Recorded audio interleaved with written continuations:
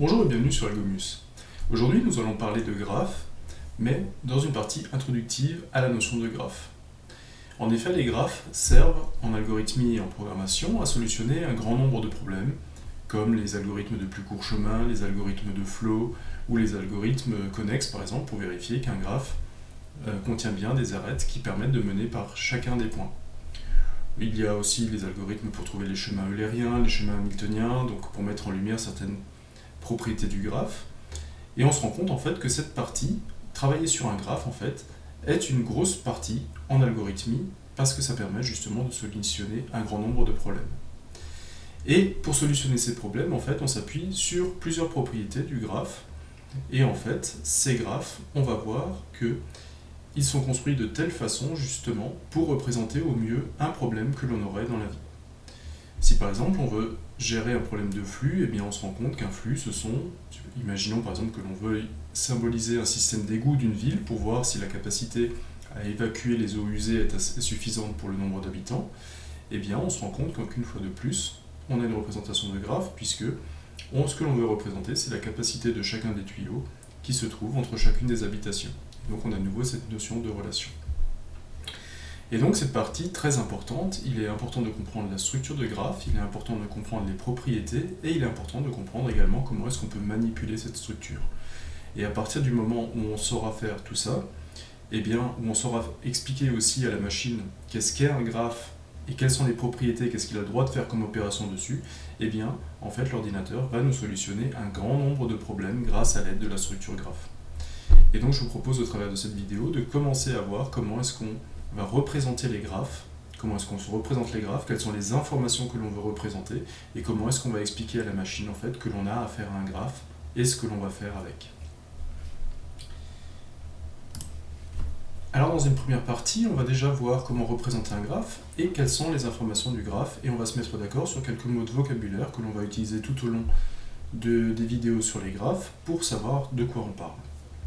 Donc à la différence des autres structures de données, un graphe symbolise la relation entre deux éléments. En effet, cette fois-ci, ce n'est pas une propriété qui est portée par une entité, mais c'est une propriété qui est portée par une relation. Si je voulais illustrer ça, je pourrais dire par exemple, je veux symboliser les âges de deux personnes qui sont Bob et Mike. Du point de vue algorithmique, je déclarerai sûrement deux variables que j'appellerai âge Bob, dans laquelle je mettrai 38, et je mettrai âge Mike, dans laquelle je mettrai 42. Voilà, donc ces deux variables-là me permettent de dire, de sauvegarder les âges de mes deux personnages. Alors on pourrait dire effectivement c'est peut-être pas la structure la plus adaptée, puisque si jamais j'ai à gérer 52 personnes, je vais gérer 52 variables. Ok. L'explication que j'aimerais vous donner, c'est de dire que là vous avez l'âge qui est une propriété de chacune des personnes. Bob, par exemple, a un âge, a une taille, a un poids, a une adresse, et ainsi de suite. Ce sont des informations qui lui sont propres. Mike peut avoir les mêmes informations. Mais si maintenant on voulait représenter que Bob et Mike sont amis, ou Bob et Mike sont de la même famille, ou sont collègues de travail, ou que Bob et Mike sont des frères, vous voyez en fait que cette information n'est pas une information qui est vraiment liée à la personne. On ne peut pas dire par exemple que Mike est collègue, c'est en fait une relation. C'est quand Bob et Mike, c'est la relation qui est entre Bob et Mike qui est une relation de travail, une relation familiale ou une relation de frères et sœurs. Et donc on voit que le problème est un petit peu différent parce que cette fois-ci c'est des informations qui ne sont pas reliées à un individu mais qui sont reliées en fait à une relation entre deux individus. Et c'est exactement ça qu'essaient de mettre en place les graphes. Et donc c'est pour ça que les graphes nous permettent de solutionner un grand nombre de problèmes. Par exemple, si vous voulez la distance entre deux villes, par exemple, et bien pareil, la distance qui sépare deux villes, c'est pas une propriété d'une des deux villes. Si par exemple je prends la distance entre Strasbourg et Colmar, ça doit faire à peu près, 70 km, et bien ces 70 km ne sont ni une propriété de Strasbourg, ni une propriété de Colmar, c'est une propriété de la distance qui sépare les deux villes. Donc c'est bien le couple des deux villes qui va devoir porter cette information. Donc les graphes nous apportent la variété de pouvoir symboliser cette fois-ci des informations sur une relation. C'est quelque chose de très important. Et donc la structure de graphe permet de spécifier des informations qui n'appartiennent ni à une entité, mais qui se trouvent en relation entre les deux entités. Et ces exemples-là, on en a plein dans la vie courante. Les réseaux sociaux, par exemple, utilisent énormément ce genre de choses. Que ce soit des réseaux sociaux où vous êtes avec vos amis, eh bien vous avez une relation d'amis. Et bien souvent, la relation d'amitié va dans les deux sens. Vous ne pouvez pas être ami avec quelqu'un qui n'est pas votre ami. Vous avez des réseaux sociaux professionnels qui, eux, permettent par exemple de vous mettre en relation avec des futurs collègues, des anciens collègues ou des collègues présents. Donc là aussi, il y a une relation avec d'autres personnes qui est qualifiée par une information. On peut avoir un arbre généalogique qui va représenter une famille également, qui va nous montrer comment les différents membres de cette famille sont en relation les uns avec les autres. Et enfin, je reviens avec l'exemple de la distance entre les deux villes. Là aussi, la distance entre les deux villes n'est pas une propriété d'une des deux villes, mais bien une propriété qui symbolise la distance qui se trouve entre ces deux villes. Et on a bien la notion que cette information, en fait, elle permet de définir un couple de points. Ok, d'accord. Donc on a déjà déblayé un petit peu le vocabulaire de base de notre graphe. Allons un petit peu plus loin. Il y a différentes façons de représenter un graphe, comme je vous l'ai dit, suivant l'information que l'on veut mettre en évidence. Et donc, dans les graphes, il y a différentes propriétés, et on va commencer avec la propriété d'un graphe peut être orienté ou non orienté. Alors qu'est-ce que ça veut dire? C'est qu'un graphe est habituellement représenté par un ensemble de sommets liés par des arcs. Donc quand je parle sommet, si on est dans un réseau social par exemple, les sommets vont être les différents individus. Si on est sur les distances entre des villes, chacun des sommets va représenter une ville, etc. Et ces sommets sont reliés par des arcs. Les arcs symbolisent qu'il y a une relation entre deux sommets. Si par exemple j'ai un réseau social et que je voulais symboliser l'exemple que j'ai donné plus tôt, que Bob est l'ami de Mike, eh bien j'aurai sûrement un sommet qui s'appelle Bob, un sommet qui s'appelle Mike, et j'aurai un arc entre les deux pour symboliser qu'il y a une relation d'amitié entre ces deux individus. Donc voilà quels sont les composants principaux des graphes. Donc là j'ai repris un exemple un peu plus complexe d'un graphe représentant l'amitié entre personnes sur un réseau social, et c'est un graphe non orienté. Alors pourquoi c'est un graphe non orienté? Eh bien parce que l'amitié est symétrique. C'est-à-dire que si Bob est l'ami de Mike, Mike est aussi l'ami de Bob. On n'a pas forcément cette notion que la relation aille que dans un sens. La relation va toujours dans les deux sens, elle est symétrique. Si la relation va dans un sens, elle existe aussi dans l'autre sens. Donc la distinction entre graphe non orienté où la relation n'a pas un sens donné va évidemment à l'opposé du graphe orienté qui cette fois-ci va donner une orientation entre les différents individus. On ne pourra pas faire la relation inverse forcément si une relation existe. On va voir tout de suite la différence en essayant de prendre un exemple de graphe orienté. Cette fois-ci, on a repris l'exemple d'un arbre généalogique et on va s'apercevoir que la relation entre deux sommets du graphe n'est pas symétrique. Qu'est-ce que j'ai voulu représenter comme relation dans un arbre généalogique? J'ai voulu représenter la notion de descendance. C'est-à-dire qu'au début, vous avez les plus anciens et vous avez leurs enfants, qui eux-mêmes ont leurs enfants, qui eux-mêmes ont leurs enfants. Et donc, si vous apercevez que soit vous dites que Martha, par exemple, a pour parent Robert, et bien vous voyez que cette relation, vous ne pouvez pas la mettre à l'endroit, puisque Robert ne peut pas être à la fois le père de Martha et Martha la mère de Robert. Donc vous voyez que la relation ne va que dans les deux sens, ne va que dans un seul sens. On aurait pu inverser la relation en disant qu'elle enfant d'eux, et donc Martha aurait été l'enfant de Robert, mais encore une fois, la relation n'aurait pas pu être symétrique, puisque Martha n'aurait pas pu être l'enfant de Robert en même temps que Robert est l'enfant de Martha. Donc là, vous voyez qu'il y a une notion de sens qui se met rapidement en place. La relation, cette fois-ci, n'est plus symétrique, elle ne va plus dans les deux sens, elle va vraiment que dans un sens, et on dit donc que le graphe est orienté. Et on le représente cette fois-ci, toutes les relations avec des flèches, plus seulement une relation qu'avant on avait, quand on était non orienté et que l'orientation finalement n'était pas représentée, eh bien il n'y avait pas de flèche puisque les relations étaient symétriques. Donc voilà déjà une notion, graphe orienté, graphe non orienté, qui nous permet déjà de faire une distinction et de représenter plusieurs cas de figure. Alors comment finalement se définit un graphe?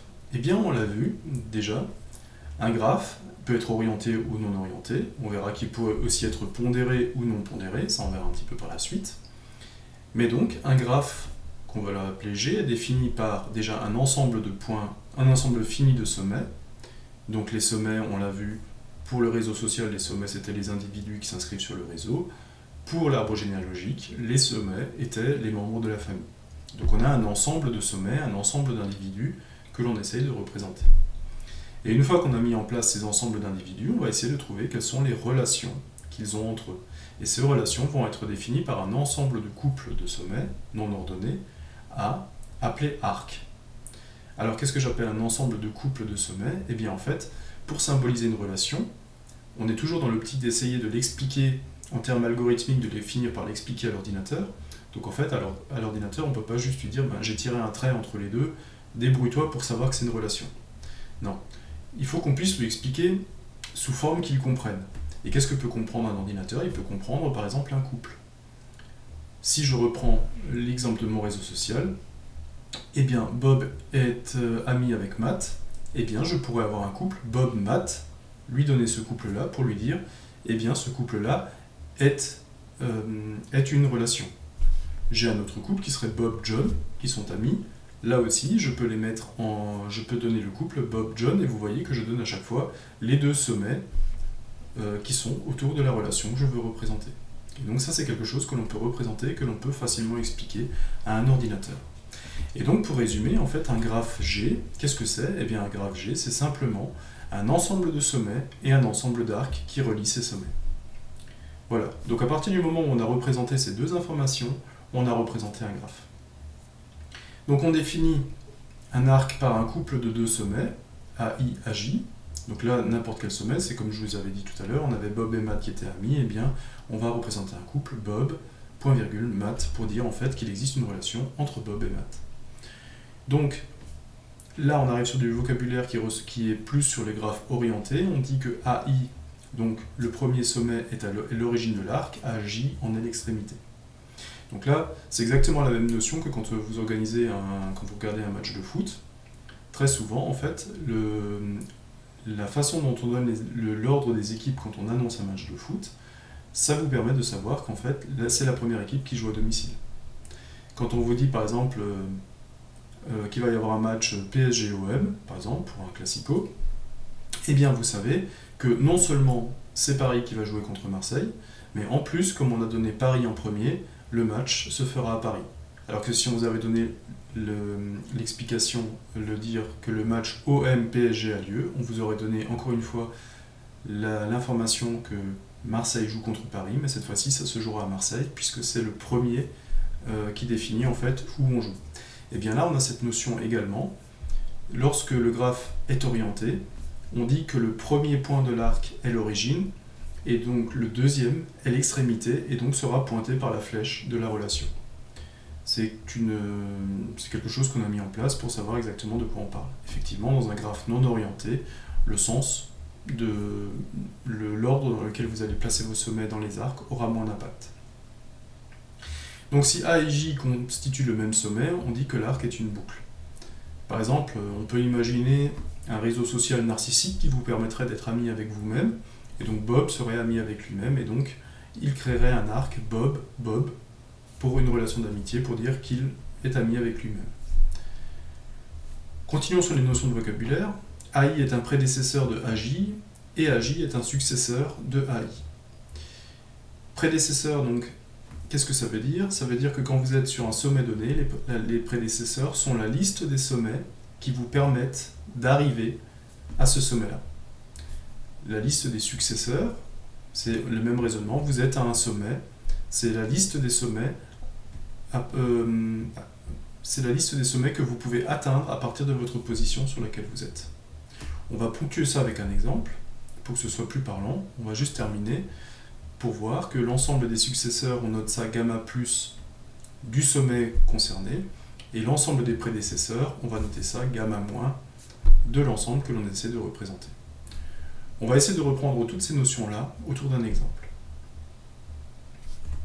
J'ai repris l'exemple de l'arbre généalogique, donc la famille de Robert, et on va essayer de voir comment est-ce qu'on peut représenter les différentes informations que l'on a vues.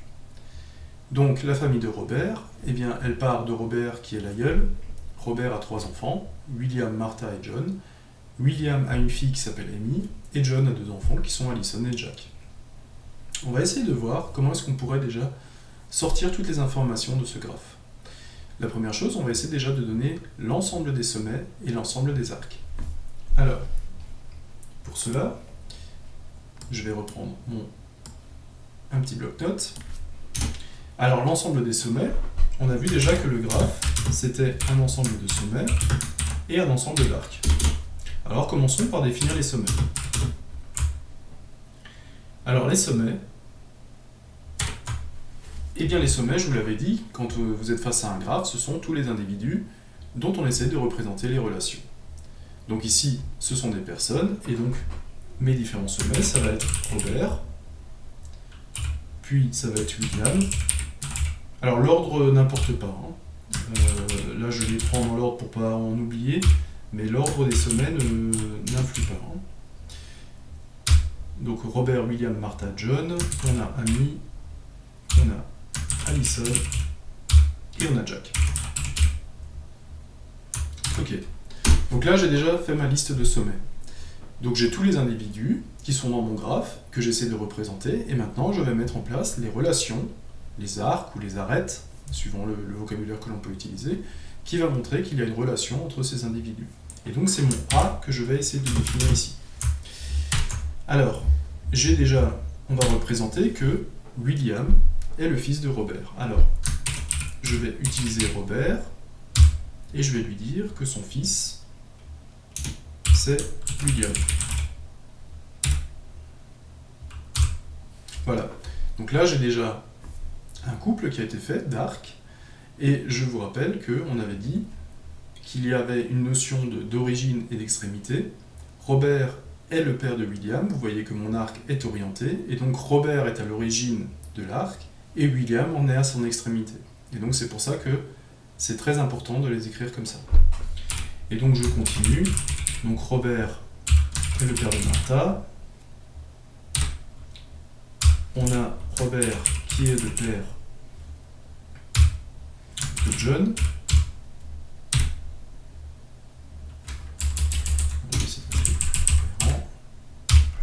Donc j'ai fait tous les enfants de Robert. Donc il reste William qui est le père de Amy. On a John qui est le père de Alison. On a enfin John qui est le père de Jack. Et je pense qu'on a tous les sommets. 1, 2, 3, 4, 5, 6. 1, 2, 3, 4, 5, 6. Ok, on les a tous récupérés. Donc on a arrivé, je l'ai dit, que le graphe c'était l'ensemble des sommets et l'ensemble des arcs. Là on est arrivé en fait à définir quels sont les sommets, à définir quels sont les arcs, donc on a complètement défini notre graphe. Très bien. Maintenant, si jamais je voulais récupérer la liste des successeurs, par exemple de John, donc gamma plus de John, comment est-ce que je pourrais procéder? Eh bien tout simplement, on voit ici, je vais l'écrire sous forme de colonne, ce sera plus visible. On a ici toutes les relations que l'on a mis en place. Qu'est-ce que ça veut dire d'avoir les successeurs de John? Eh bien ça veut dire de chercher toutes les relations dont John est à l'origine, et de chercher quelles sont les extrémités de toutes ces relations. Et donc, je vais chercher la liste des successeurs de John.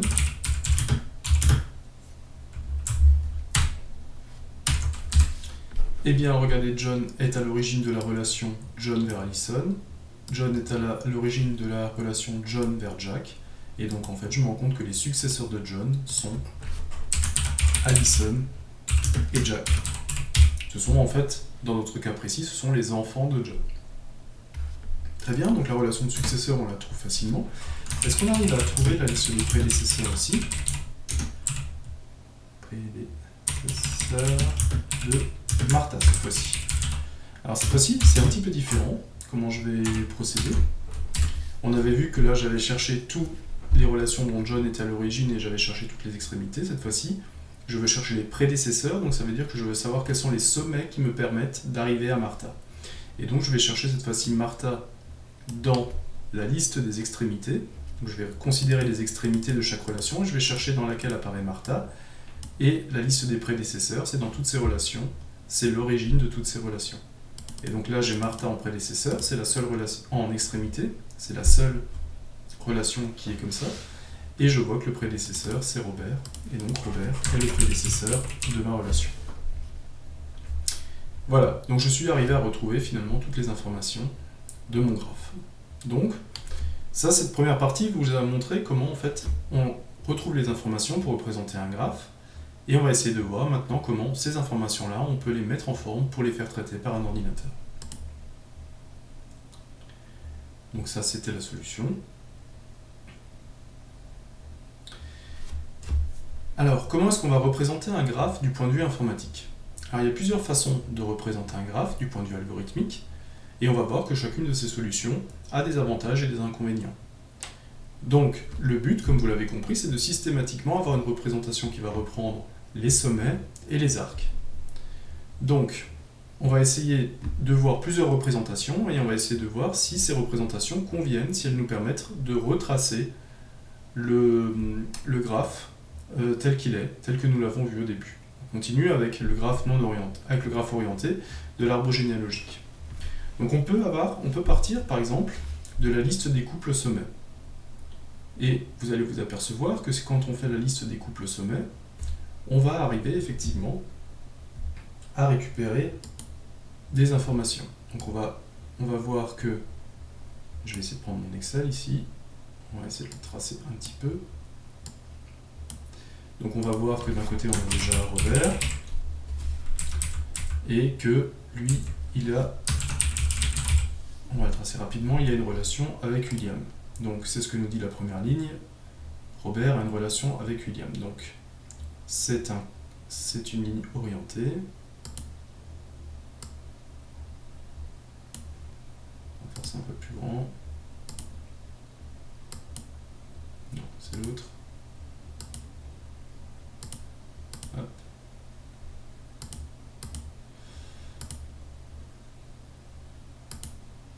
Voilà. Donc on sait déjà qu'il y a une relation entre Robert et William. Ça on l'a mis en place. Le deuxième nous dit qu'il y a une relation entre Robert et Martha. Ok.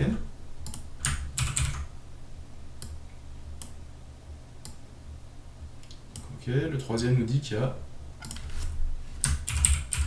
une relation entre Robert et John.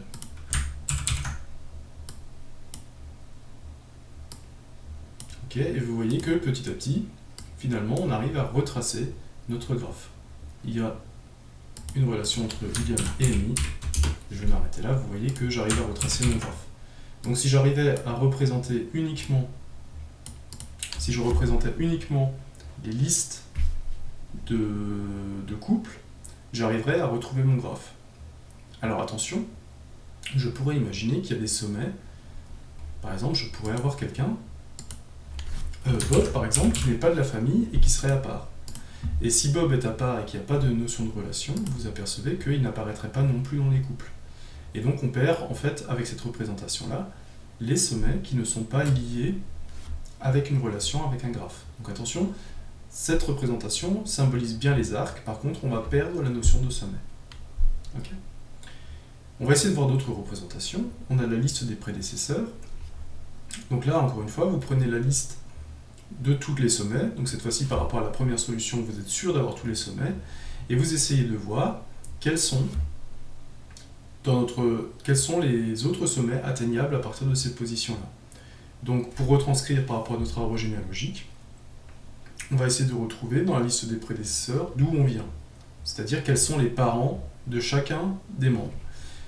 Donc on a Robert qui, dans notre arbre généalogique, n'a pas de prédécesseur, donc, ou en tout cas il n'est pas représenté.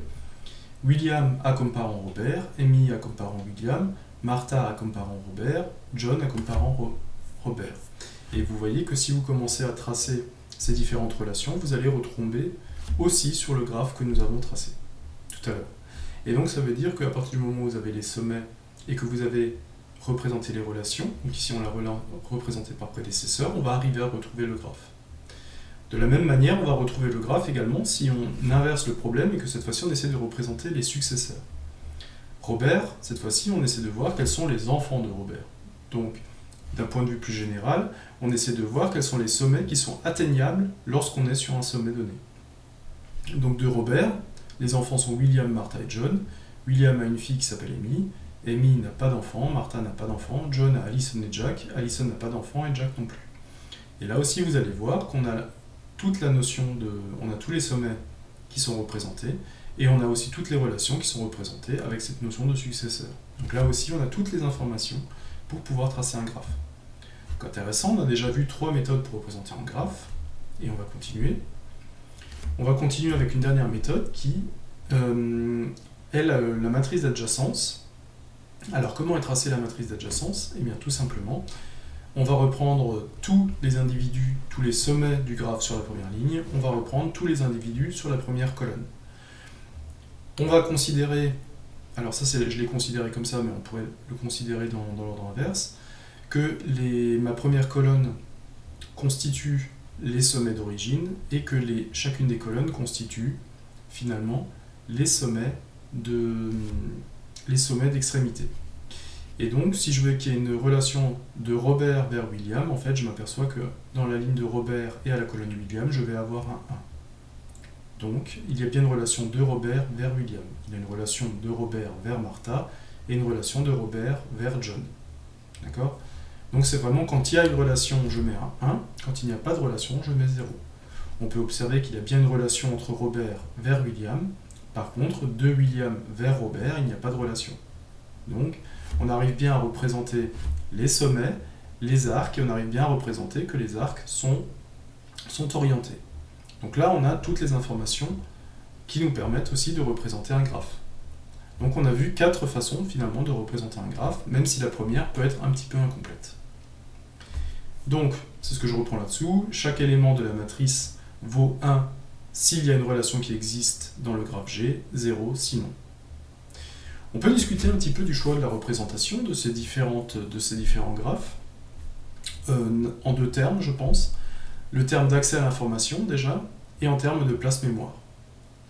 En termes de place mémoire, on s'aperçoit que représenter un graphe en matrice d'adjacence, c'est la méthode la plus coûteuse en termes d'utilisation de mémoire. Vous voyez que j'utilise énormément de colonnes, de lignes et de cases qui ne véhiculent aucune information.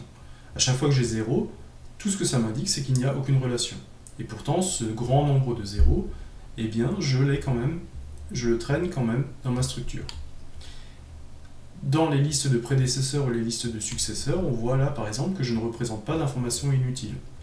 J'ai ma liste des sommets, et elles sont reliées, les sommets sont reliés entre eux directement, et je n'ai pas une information pour dire qu'il n'y a pas de relation à ce niveau-là. S'il n'y a pas de relation, il n'y a rien à représenter. Donc en termes de mémoire, on va être sur quelque chose de beaucoup plus léger dans la liste des prédécesseurs et des successeurs que pour les matrices d'adjacence qui va rapidement faire un tableau assez énorme. En termes d'accès à l'information, si on essaie de voir quelle est la liste des prédécesseurs ou des successeurs, on va s'apercevoir que lorsque l'on cherche les prédécesseurs, eh bien en fait, on va pouvoir trier la liste des sommets dans la liste des prédécesseurs et on va accéder très très vite aux prédécesseurs d'un point. Par contre, rechercher les successeurs dans une liste de prédécesseurs va être plus compliqué. Pareil pour la liste des successeurs. La liste des successeurs nous permet éventuellement de trier les sommets de la première colonne et de tomber rapidement sur les successeurs d'un sommet. Cependant, chercher un prédécesseur dans une liste de successeurs, ça implique de passer en revue tous les successeurs et ça risque de nous faire perdre du temps. Chercher les notions de prédécesseurs et de successeurs dans une matrice d'adjacence, c'est en fait très facile. Si on veut tous les successeurs d'un individu, en fait, il suffit de prendre sa ligne, Robert, et de prendre les intitulés de colonne où la valeur est un 1. Les successeurs de Robert, c'est William, j'ai un 1, Martha, j'ai un 1, et John, j'ai un 1. Très facile de retrouver. Si je veux la liste des prédécesseurs, cette fois-ci, il me suffit de prendre une colonne, je prends William par exemple, je descends, à chaque fois que j'ai un 1, je reprends l'intitulé de ligne. Donc William a un seul prédécesseur qui est Robert. Amy a un seul prédécesseur qui est William. Donc c'est un peu cette notion de parent à chaque fois. Et donc la matrice d'adjacence, on retrouve facilement les prédécesseurs, les successeurs, mais elle va demander une place mémoire plus grande. Donc là aussi, à chaque fois que vous avez à représenter un problème sous forme de graphe, posez-vous la question finalement de ce que vous avez besoin. Est-ce que si j'ai besoin que des successeurs, eh bien en fait la liste des successeurs sera peut-être la structure de données la plus adaptée. Si je cherche que les prédécesseurs, là aussi la liste des prédécesseurs sera peut-être plus adaptée. Enfin, si je cherche souvent des successeurs et des prédécesseurs, là par contre on sera, ou alors si on est dans un graphe pondéré, ce qu'on verra par la suite, là par contre la matrice d'adjacence c'est quelque chose qui va être beaucoup plus intéressant pour moi. On va essayer encore de terminer cette vidéo avec un petit exemple. On va essayer de représenter un graphe et cette fois-ci on va essayer de le représenter en Python. Donc comment est-ce qu'on peut représenter un graphe en Python? C'est quelque chose qui peut être très intéressant à voir. Donc là on a un graphe de 5 sommets et ce qu'on connaît en Python, par exemple, je vais ouvrir un Visual Studio. Ce que l'on connaît en Python pour l'instant, je vais prendre un idle pour les premiers graphes. Ce que l'on connaît en Python, c'est d'avoir une liste qui contient les éléments 1, 2, 3, 4, par exemple. Ok, donc là j'ai ma liste qui contient 1, 2, 3, 4. Et moi ce que je veux représenter c'est une matrice. Et donc ce que je pourrais faire en fait pour représenter une matrice, tout simplement je pourrais définir un objet liste, L1, 1, 2, 3, 4, L2, allez, 5, 6, 7, 8, L3, 9, 10, 11, 12. Voilà, je vais m'arrêter là. Et donc qu'est-ce que j'ai fait? J'ai défini ici 3 listes, L1, L2, L3, qui chacune ont 4 éléments. Donc pour l'instant, c'est des éléments indépendants. Si jamais je voulais les regrouper en matrice, qu'est-ce qu'il me suffirait de faire? En fait, ce que j'ai le droit de faire en Python, j'ai le droit de faire une liste d'objets quelconques. Ici, j'ai fait une liste d'entiers, mais j'aurais très bien pu faire une liste de listes. Et en fait, c'est cette liste de listes qui va me permettre finalement de créer une matrice. Si maintenant je veux créer une matrice, je peux dire, voilà, je vais créer une matrice de plusieurs éléments. Le premier, c'est ma liste L1, le deuxième, c'est ma liste L2, le troisième, c'est ma liste L3. Et si je regarde ce que contient ma matrice, cette fois-ci, vous voyez qu'elle contient effectivement une matrice. Alors, je fais ça, je ne vois pas trop. On va le faire comme ça. Voilà. Donc là, cette fois-ci, j'ai bien une matrice dans ma structure de données maths. Et cette matrice, eh bien, je peux y accéder. Je peux y accéder à chacun de ces éléments. Donc si par exemple j'accède à l'élément 1 de ma matrice, qu'est-ce que ça va me redonner? Eh bien ça va me redonner 5, 6, 7, 8, ma liste 2. Pourquoi? Parce qu'en fait vous voyez que le premier élément de ma matrice c'est ma première liste, le deuxième élément de ma matrice c'est ma deuxième liste, le troisième élément de ma matrice c'est ma troisième liste. L'indice 1, ça veut dire en fait l'indice 0 c'est le premier élément, l'indice 1 c'est le deuxième élément, et donc on récupère bien le deuxième élément qui est une liste. Et si maintenant je voulais récupérer le 7 qui est ici, eh bien il suffirait que je prenne le deuxième élément de ma matrice et que je récupère l'élément d'indice 2 dans la liste qui est retournée. Et donc cette fois-ci j'ai mon 7. J'ai en fait récupéré matrice 1, j'ai d'abord récupéré ma liste, puis j'ai récupéré le deuxième élément de ma matrice 1, et donc je peux, comme ça, potentiellement, définir une matrice. Et donc c'est la structure que l'on va utiliser pour représenter une matrice en Python, une liste de listes. C'est quelque chose qui est assez commode à faire. Et donc on va reprendre un petit peu notre petit problème, et on va essayer de voir quelle est la liste des sommets de cette matrice. Exactement comme on a fait ici, on va essayer de reprendre notre graphe G qu'on symbolise par un nombre de sommets et un nombre d'arcs, et on va essayer cette fois-ci de définir quels sont les sommets. Alors là c'est très facile puisqu'ils sont numériques. Les sommets c'est 1, 2, 3, 4 et 5. Ce sont finalement les individus qui sont représentés dans mon graphe. Ok, ça va se compliquer peut-être un peu au niveau des arêtes. Les arêtes, on va essayer de faire tous les couples possibles entre les différents individus. Donc on voit que cette fois-ci j'ai un arc orienté. Donc on a un arc qui va de 1 vers 5. On a cette fois-ci un arc qui va également dans l'autre sens, qui va donc de 5 vers 1. Je vais essayer de faire des formalismes. On a un arc qui va de 1 vers 3. On a un arc qui va de 2 vers 1. On a un arc qui va de 3 vers 2. Et on essaie petit à petit comme ça de les mettre tous en place. On a un arc qui va de 3 vers 3. Alors là, vous voyez que c'est le seul arc qui est non orienté, parce que vous voyez que l'extrémité en fait et l'origine en fait sont le même sommet. Et donc que j'ai 3, 3 ou que je les inverse pour avoir 3, 3, finalement ça fait pas une grande différence. Donc j'ai 3, 3, j'en étais où? Donc il me reste l'arc qui va de 4 à 3. Et j'ai enfin un arc qui fait de 2 à 4. Voilà. Et là, j'ai l'ensemble de mes arcs. Donc, grâce à ça, j'ai représenté mon graphe. J'ai l'ensemble des sommets et j'ai l'ensemble des relations qui concernent ces sommets. Ok? Si maintenant je devais en déduire la matrice d'adjacence de ce graphe, alors on va tout de suite la déclarer en Python, comme ça on va pouvoir la réutiliser. Alors si j'avais à déclarer la matrice d'adjacence de ce graphe, donc il est là, je vais me mettre ces informations un petit peu à côté.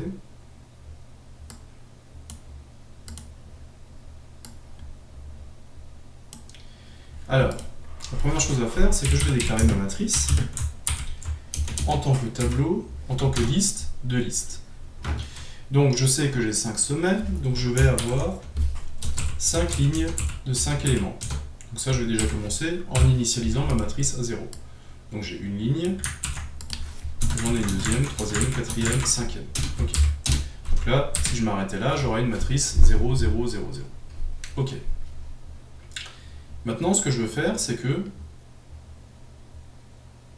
je vois que j'ai une relation entre l'élément 1 et l'élément 5. Donc celle-là, je vais la symboliser. Donc l'élément 1, c'est la première ligne.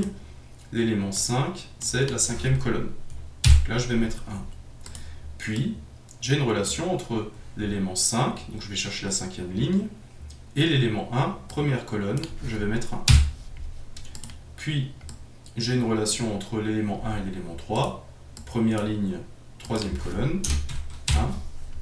Puis, je vais prendre un petit peu plus vite, deuxième ligne, première colonne, troisième ligne, deuxième colonne, troisième ligne, troisième colonne, quatrième ligne, troisième colonne, et deuxième ligne, quatrième colonne.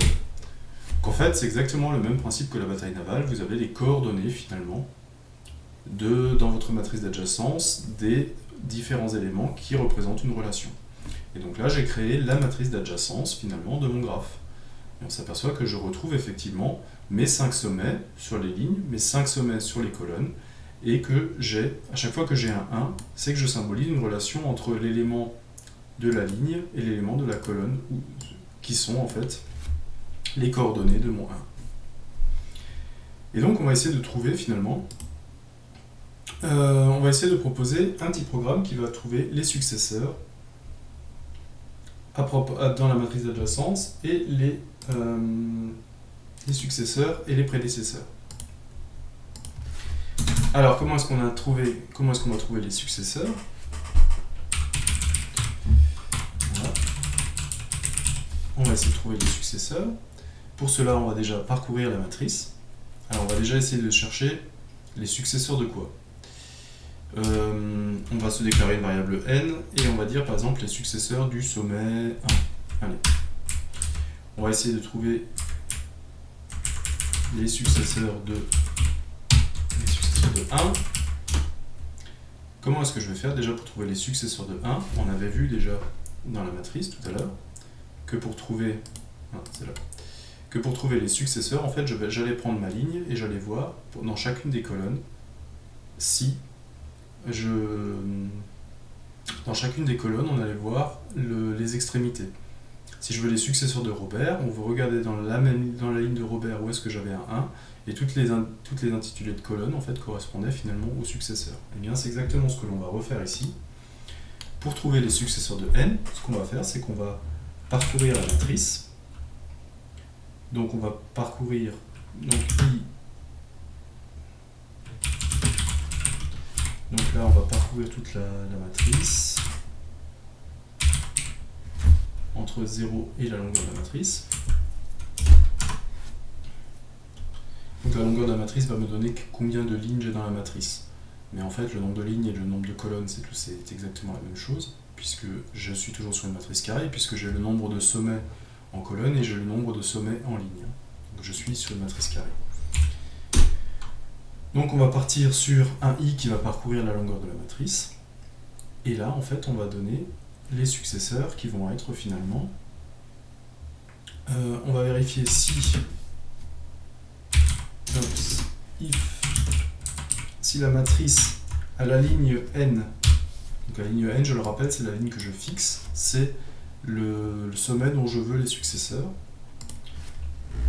Et à la colonne i, c'est-à-dire je parcours chacune des colonnes, j'essaie de voir, donc si la matrice ni est égale à 1, alors j'écris i, c'est-à-dire que j'écris le sommet qui a fait que, j'écris l'intitulé de colonne qui a fait que entre le sommet que j'utilise en origine et ce sommet i que j'utilise en extrémité, si là il y a une relation 1, c'est qu'il y a une relation entre les deux, alors j'affiche l'intitulé de colonne.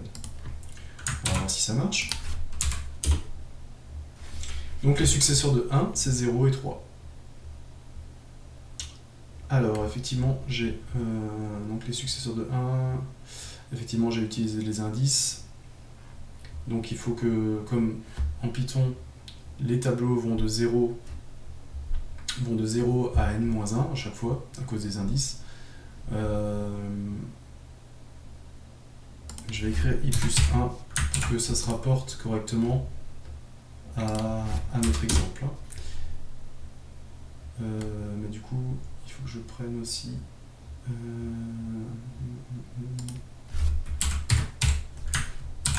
Donc là, ce que je fais, c'est juste une conversion parce que j'ai utilisé dans mon graphe les points de 1, 2, 3, 4, 5. Alors que si j'utilise des indices en Python, il va utiliser 0, 1, 2, 3, 4. Et donc en fait, ce que je fais, c'est uniquement la conversion là-dedans. On va juste regarder si ça marche. Donc il me dit que le successeur de 1, c'est 3 et 5. Voyons voir. Le successeur de 1, c'est 5 par ici, et c'est 3 par là. Génial. Donc il est arrivé à me retrouver à la liste des successeurs. On va réessayer par exemple avec le point... Qu'est-ce qu'on peut essayer? On peut essayer le point 3. Essayons le point 3. Si je veux tous les successeurs de 3,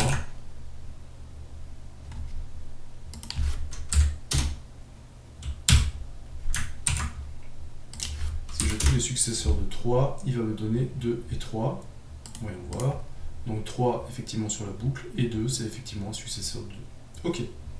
Donc on a cette notion de successeur qui fonctionne. Essayons de voir si on peut faire la même chose avec les prédécesseurs. Et là vous voyez que je vais assez vite copier tout cela.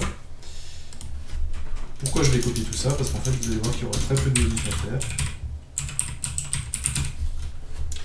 Si je reprends la matrice d'adjacence et que j'essaie de rechercher les prédécesseurs, je vous avais dit qu'on fixait la colonne. Si je voulais les prédécesseurs de Martha, je prenais la colonne dans laquelle était Martha et j'essayais de récupérer toutes les lignes qui étaient concernées par une relation 1. Donc Martha, je descends Martha, j'arrive à 1, j'arrive à Robert, donc Robert est un prédécesseur de Martha. Et bien c'est exactement ce que l'on va faire également ici. On va faire moins n est égal à 3, et quand on va chercher ses prédécesseurs, qu'est-ce qu'on va faire? On va une fois de plus parcourir la matrice, mais cette fois-ci, c'est plus la ligne que l'on va fixer, mais c'est la colonne. Et c'est la ligne que l'on va faire défiler. Et donc j'ai juste à inverser, finalement, de dire, quand j'ai les successeurs, je fixe la ligne, donc j'impose la ligne, alors que quand je cherche les prédécesseurs, j'impose la colonne et je fais varier les lignes. Et quand je trouve une ligne qui colle, eh bien c'est l'intitulé de cette ligne que je vais écrire. On va lancer ça et on va essayer de voir si cela fonctionne. Donc les successeurs de 3, on a vérifié qu'ils étaient bons. Les prédécesseurs de 3 sont 1, 3 et 4. Donc on va essayer de voir. Prédécesseurs de 3, je vous rappelle, c'est les sommets dont on peut venir sur 3. Donc effectivement, on peut venir de 1, on peut venir de 3, et on peut venir de 4. Donc on a effectivement 1, 3, 4, c'est bien ce que ça nous avait donné, 1, 3, 4. Voilà. Et donc vous voyez que la matrice d'adjacence nous permet très rapidement de trouver les successeurs et les prédécesseurs. Donc cette première vidéo d'introduction en matrice nous a permis de voir plusieurs choses, nous a permis de voir que suivant le problème que l'on veut représenter, la matrice peut avoir des propriétés différentes. Elle peut être orientée dans le cas de notre arbre généalogique, ou non orienté quand on a une relation symétrique comme une relation d'amitié sur un réseau social.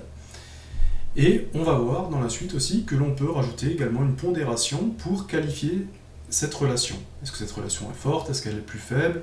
On va pouvoir quantifier finalement un petit peu cette relation.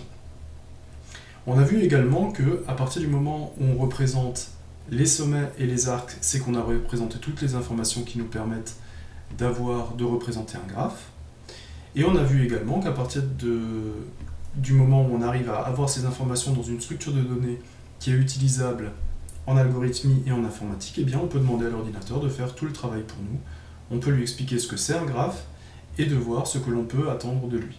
Et ça va être très intéressant, surtout avec des graphes qui sont beaucoup plus complexes, comme les programmes de plus court chemin ou les problèmes de flow, ou ce genre de choses, de flux. Et on est vraiment au début des propriétés des graphes, on va encore en voir énormément dans les vidéos qui vont venir, et à chaque fois on va essayer de voir comment est-ce qu'on peut les représenter dans un langage de programmation. Donc on va rester sur le Python, parce que c'est un langage qui est vraiment très intéressant quand on apprend, c'est quelque chose qui se représente vraiment bien, et la structure de liste en Python va nous aider à représenter les matrices. Alors c'est pas le seul langage qui peut faire ce genre de choses, vous allez retrouver en C ou en C++ les tableaux, vous pouvez représenter ça avec des vecteurs, vous pouvez représenter ça avec énormément de structures de données différentes. Chaque langage de programmation a ses propres structures. En Python, on va utiliser les listes de listes, et peut-être aussi utiliser un petit peu la librairie NumPy pour voir aussi que là, les opérations vont être facilitées à chaque fois que l'on manipule une matrice. Donc je vous donne rendez-vous à très vite pour la suite de l'exploration des propriétés des graphes.